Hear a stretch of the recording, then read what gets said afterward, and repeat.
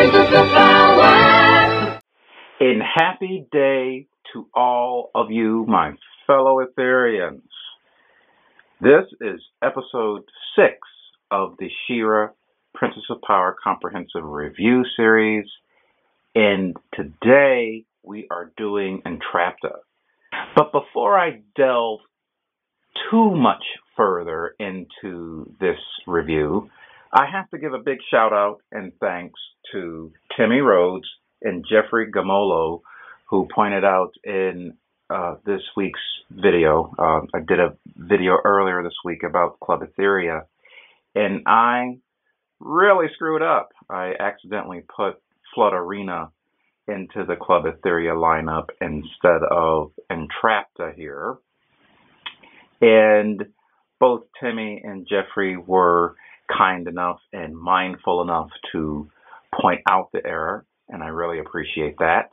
Without you guys, these videos wouldn't be worth it. So thanks again for the shout out and the point out, and I'll just make sure to stay on top of this stuff. And if I can't, well, hopefully you guys will chime in and keep me straight. All right, episode 6, Entrapta. Entrapta here was released in 1986. She was released in the second wave of Princess of Power, and she was billed as the tricky Golden Beauty. Her gold attire mesmerizes victims who she snares in her hair tendrils. This is a feature that's quite similar to a character that some of you might be familiar with nowadays, a character on the Marvel ABC show Inhumans. One of the main characters, her name is Medusa, and her hair has a sort of sentience or mind of its own, or at least Medusa can control it to ensnare people and manipulate things in the environment or move things around in the environment. So quite interesting, the similarity there. And humans came into being a little bit later than Entrapta. Not saying that Entrapta influenced Medusa as a character, but it's quite an interesting feature to have indeed. Entrapta is the only official henchwoman released to aid Catra. As we've discussed in previous videos, there weren't too many villains in the Princess of Power toy line. There was Catra. Catra was the main villain, and Catra was aided by her steeds, Storm and Claudine. Catra herself received 2 variants throughout the series, and she received 1 minion, and that is Entrapta here. Entrapta is the only villainous compatriot for Catra, but that's not to say that Mattel wasn't planning other villains to be released in the line. There were upwards of 30 characters that were in development at different points in the toy line. 30 characters, probably even more. In a lot of cases, what would end up happening is that toy testing would determine what would get released in the line. So there were a lot of characters developed, but a lot of those characters would not see the light of day because they just weren't picked. It is possible that characters like Spydra, Volcana, and Lavore were being developed, but they just didn't make the cut because they were chosen to not be in the line. Volcana, Lavore, and Spydra are all characters that were in some level of development. There's evidence or notations that Spydra herself made it to the prototype stage and was shown at a toy fair. But we haven't seen those pictures yet. But it would be really cool to see a figure like that pop up in one of these newer toy lines. Entrapta was released and introduced in the mini comic A Born Champion. This is her first and only appearance in the Mini Comic series. Like other Wave 2 action fashion dolls, she reuses parts from Wave 1, so it might not be evident to a lot of people, but Entrapta reuses Castaspella's body. Her gauntlets, her bodice, and her legs are all taken directly from Entrapta and repainted. This is a feature that would be very common throughout Wave 2 as well as Wave 3 of the Princess of Power toy line. This is a habit that Mattel was good at implementing with Masters of the Universe and many other lines. Even Hasbro employed parts reuse with toy lines like Transformers, where whole figures would just get a repaint and new accessories and released as a separate toy, and it would sell like hotcakes. It was a money-saving measure. It worked very well, and it was very prominent in Wave 2 of Princess of Power and Wave 3 as well. And if we look at Swiftwind, we could say the same thing about Wave 1. The Swiftwind mold was used to create Storm as well as Arrow. So parts reuse was just a part of the toy line. In the mini comic, A Born Champion, Entrapta is depicted as a cohort of Catra. She's powerful enough to hypnotize Bo and entrap him in her Rapunzel-like locks. She's more of a yes girl and doesn't have that much development beyond showing off how her powers work. Her mesmerizing gold attire and her manipulative, ensnaring locks. She appears in 2 of the Shira magazines where her yes girl Catra companion role is expanded upon. In the Lady Bird book, Shira and the Golden Goose, she has very little to do, but she is a loyal follower, along with Castaspella, who is also a minion of Catra in that story. In the UK comics, Entrapta gets little development as well, and is seemingly switched with Double Trouble on more than one occasion. In the cartoon series, she appears in 4 episodes of the entire series. She is voiced by the prolific Linda Gary, who gives her a sort of regal, aristocratic dialect. Linda Gary has also voiced Shadow Weaver, Scorpia, Tila, Evelyn, and the Sorceress. Unlike other Hordsmen, Entrapta's quite competent and regal.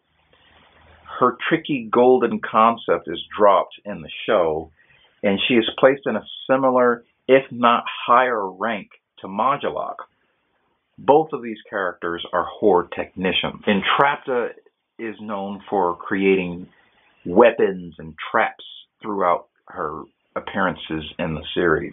We're starting here with the vintage figure of Entrapta, again released in 1986.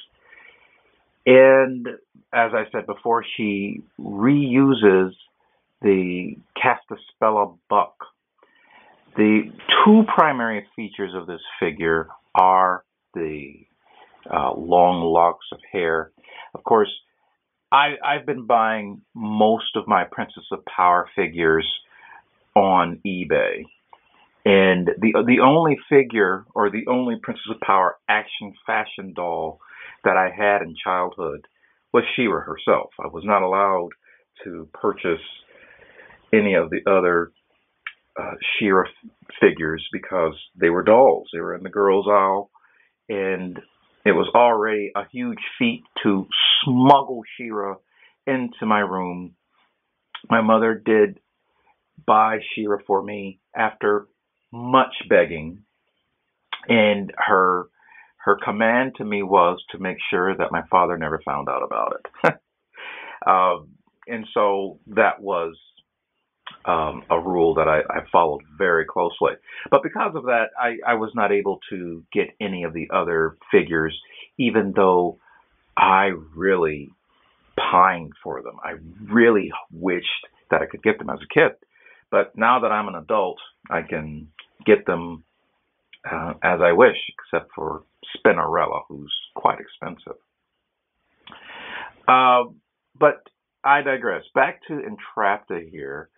I bought her off of eBay, and her hair was in this type of state. I'm not good with dolls, so I haven't really gotten into trying to repair or fix her hair. But this is one of the main features of Spinnerella, is the two-toned long hair. The other feature is her vac metal gold attire, which goes down the course of the figure with the gauntlets and the bodice and the legs and boots. She's made of a hard plastic in comparison to Castaspella, and her skin is actually painted on, it seems. She comes with her crown or tiara. She comes with her collar, and she also comes with her dress.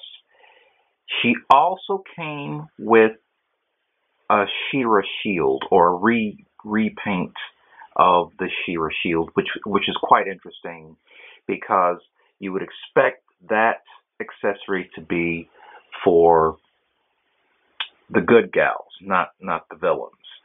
But she didn't come with anything else, so I guess they figured, well, we got to put something in there, so they put in the Shira Shield. She also came with a purple comb, so the shield was purple, the comb was purple. I don't have either of those. As far as articulation goes, her head pivots. She's got the arm articulation and the leg articulation. And I'm not going to remove any of her clothing. And that's pretty straightforward for Entrapta. On to Masters of the Universe Classics Entrapta. Masters of the Universe Classics Entrapta here was released in 2014. She was the third figure in the Club Etheria mini-sub. Each year since 2010, the Masters of the Universe Classics toy line would offer annual subscriptions to its collectors. And so you have to buy into that subscription, and you would pay every month to receive a figure. And so that would go on for all 12 months. In the earlier subscriptions, there were quarterly figures, and then later on in the toy line, they changed up the quarterly structure. Starting in 2012, Mattel added on mini subs, so you could get the standard annual sub, and or you could get the mini sub. So you could buy the annual sub and then add on the mini sub, or just get the mini sub, or one or the other. And so starting in 2012, they did a 30th anniversary mini sub. 2013, they did a Club Filmation mini sub, and in 2014, they did a Club Etheria mini sub. This was done to inject more vintage Princess of Power characters into the Masters of the Universe Classics toy line. For the most part, I would say that Club Etheria did a very bang-up job, did a wonderful job of releasing characters that were very wanted in its lineup, and it made for a very popular mini-sub. which opened the doors for 2015, which did a Club 2000X. So here we have Masters of the Universe Classics Entrapta. Her name in the toy line was Estra Veselek. That was in her bio. And she came with the purple shield. So the purple shield here is an homage to her vintage figure. She also came with a sheet of Great Rebellion stickers, which I have no clue where I put those. Entrapta also came with the shaping staff. I put Chakotay here, who is from Club Filmation, into this shot because I display the shaping staff with Chakotay. It's more appropriate to display the shaping staff with Evil Lyn, but I do not have Evil Lyn in my toy line yet, and so Chakotay seemed like the next best option. The shaping staff itself as an accessory just made no sense with Entrapta. Often what this toy line would do is it would release accessories with one figure that were actually intended for other figures. And that's definitely the case here with the shaping staff. I display Entrapta with the axe comb. The axe comb here, and it just seemed appropriate to display her with the golden axe comb because of her long locks of hair. The axe comb is actually an accessory of Shira. The axe comb is an homage to the comb from the vintage toy line, and it was just an extra way or an extra accessory to put in with Shira. He-Man himself came with a sword, a shield, and an axe, and it made sense that with his twin sister that she too would come with a sword, a shield, and an axe. But I decided that the axe made more sense with Entrapta, and I'll actually give credit to the Fwoosh.com, who displayed pictures of Entrapta with 2 golden axes. So I actually need to get a second axe to go with Entrapta here. We will go over her articulation. Her head does definitely pivot, but it is limited by her collar there, and to some degree by her hair, which itself is articulated. So it's articulated close to her head on both sides, and it's also articulated at the tips there.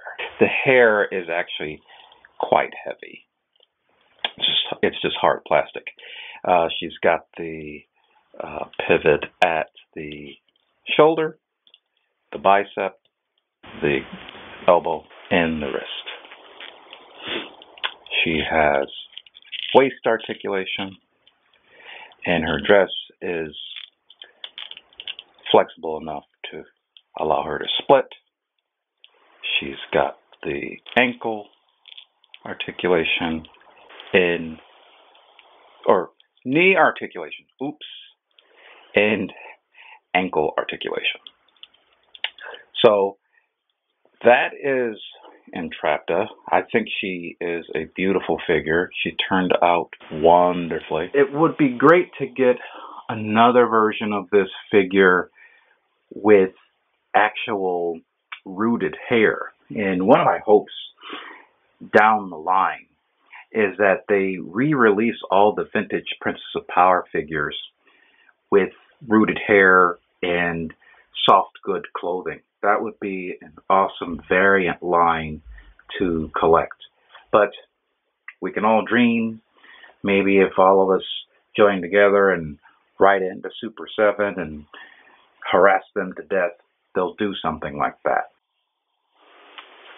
Join me next time for episode 7 of the Shira Princess of Power Comprehensive Review Series, and we will then go over Frosta. Technically, it should be Flutterina, but I don't have the vintage Flutterina in my collection yet, so she will have to wait for another time. So, until episode 7, ta-ta for now.